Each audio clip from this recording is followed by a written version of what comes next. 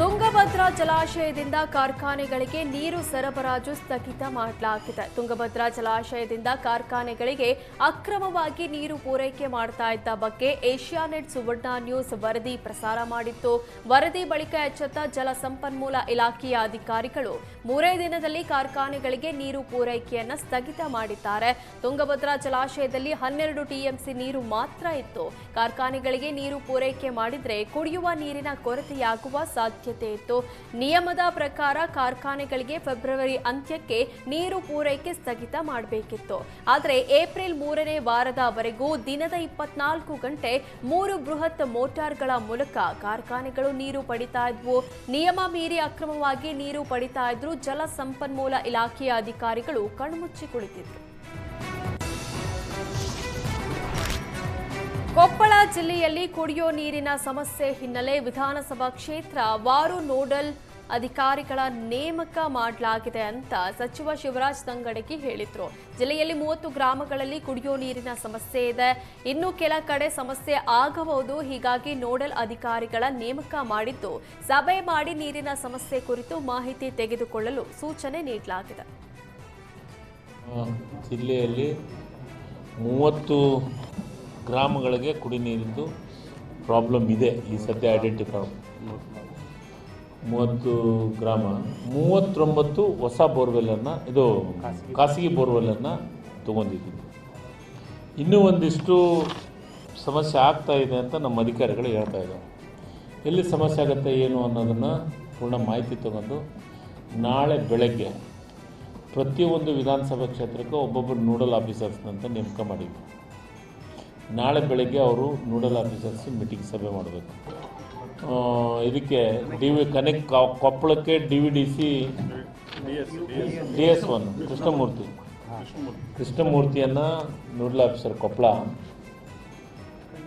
ಕನಕಗಿರಿಗೆ AC Mahesh.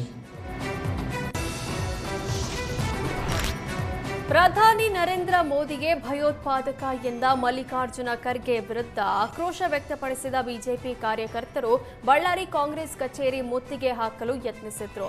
Kumaraswamy ದೇವಸ್ಥಾನದ ಬಳಿಯಿಂದ ಕಾಂಗ್ರೆಸ್ ಕಚೇರಿವರೆಗೆ ಪಾದಯಾತ್ರೆ ಮೂಲಕ ಬರ್ತಾ ಇದ್ದ ಮಾಜಿ ಶಾಸಕ ಸೋಮಶೇಖರ್ ರೆಡ್ಡಿ ಸೇರಿದಂತೆ ಬಿಜೆಪಿ ಕಾರ್ಯಕರ್ತರನ್ನ ವಶಕ್ಕೆ ಪಡೆಯಲಾಯಿತು. ಈ ವೇಳೆ ಪೊಲೀಸರು ಹಾಗೂ ಬಿಜೆಪಿ ಕಾರ್ಯಕರ್ತರ ಮಧ್ಯೆ ವಾಗ್ವಾದ ನಡೆಯಿತು. ಮೋದಿಯನ್ನ ಭಯೋತ್ಪಾದಕ ಎಂದ ಖರ್ಗೆ ಅವರು ಕೂಡಲೇ ಕ್ಷಮೆ ಯಾಚಿಸಬೇಕು.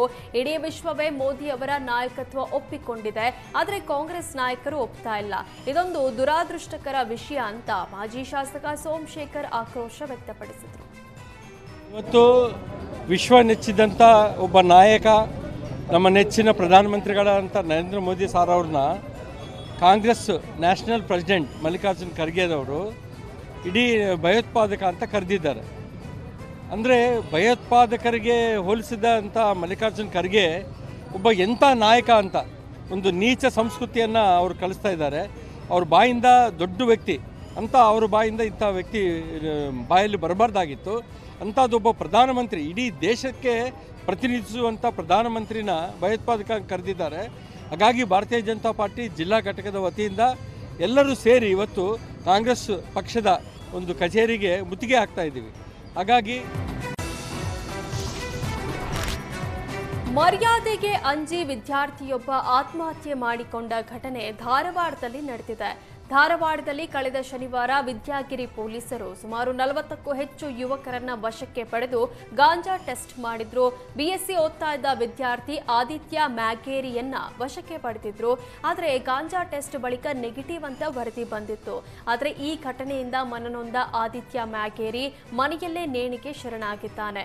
ಗಾಂಜಾ ಕೇಸ್ನಲ್ಲಿ ನೆಗೆಟಿವ್ ಬಂದಿದ್ರು ಪೊಲೀಸರು 2,000 ರೂಪಾಯಿ ಪಡೆದುಕೊಂಡಿದ್ದಾರೆ ಅಂತ ಪೋಷಕರು ಆರೋಪಿಸಿದ್ದಾರೆ. ಇನ್ನು ಪಾಸಿಟಿವ್ ಬಂದವರ ಹತ್ರ 25,000-30,000ವರೆಗೂ ಫೋನ್ ಪೇ ಮುಖಾಂತರ 3ನೇ ವ್ಯಕ್ತಿಗೆ ದುಡ್ಡು ಹಾಕಿಸ್ಕೊಂಡಿದ್ದಾರೆ ಅನ್ನೋ ಆರೋಪ ಕೇಳಿ ಬಂದಿದೆ.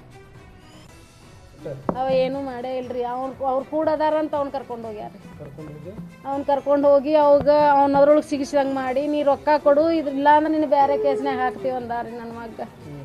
ಹಂಗಾಗಿ ಅದ್ರ ಟಾರ್ಚರಿಗೆ ನನಗೆ ರೊಕ್ಕ ಕೊಡು, ನಾವು ದುಡ್ಕೊಂಡು ತಿನ್ನೋರು ಎಲ್ಲಿಂದ ಕೊಡುನ್ರಿ ರೊಕ್ಕ. ಅವಾಗ ಯಪ್ಪ ರೊಕ್ಕ ಇಲ್ಲ ಅಂದ್ರೆ ಹಿಂಗಮ್ಮ ನನ್ನ ಹಿಂಗೆ ಅದಕ್ಕೆ ಹಾಕ್ತಾರೆ ಇದಕ್ಕೆ ಹಾಕ್ತಾರ ಅನ್ನ.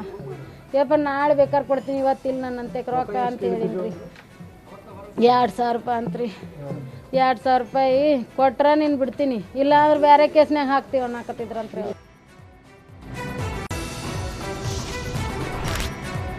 ಬೆಂಗಳೂರಿನಲ್ಲಿ ಪುಂಡರ ಹಾವಳಿ ಮಿತಿ ಮೀರ್ತಾ ಇದೆ. ಕಳೆದ ರಾತ್ರಿ ಪುಂಡರು ಕಂಠಪೂರ್ತಿ ಕುಡಿದು ಅಡ್ಡಾದಿಡ್ಡಿ ಬೈಕ್ ರೈಡ್ ಮಾಡಿದ್ದಾರೆ.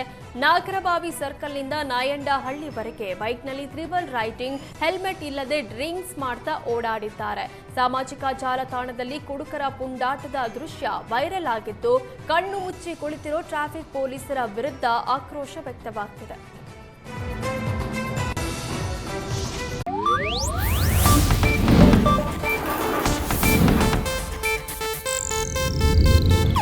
ಇದು ಏಷ್ಯಾನೆಟ್ ನ್ಯೂಸ್ ನೆಟ್ವರ್ಕ್ ಪ್ರಸ್ತುತಿ.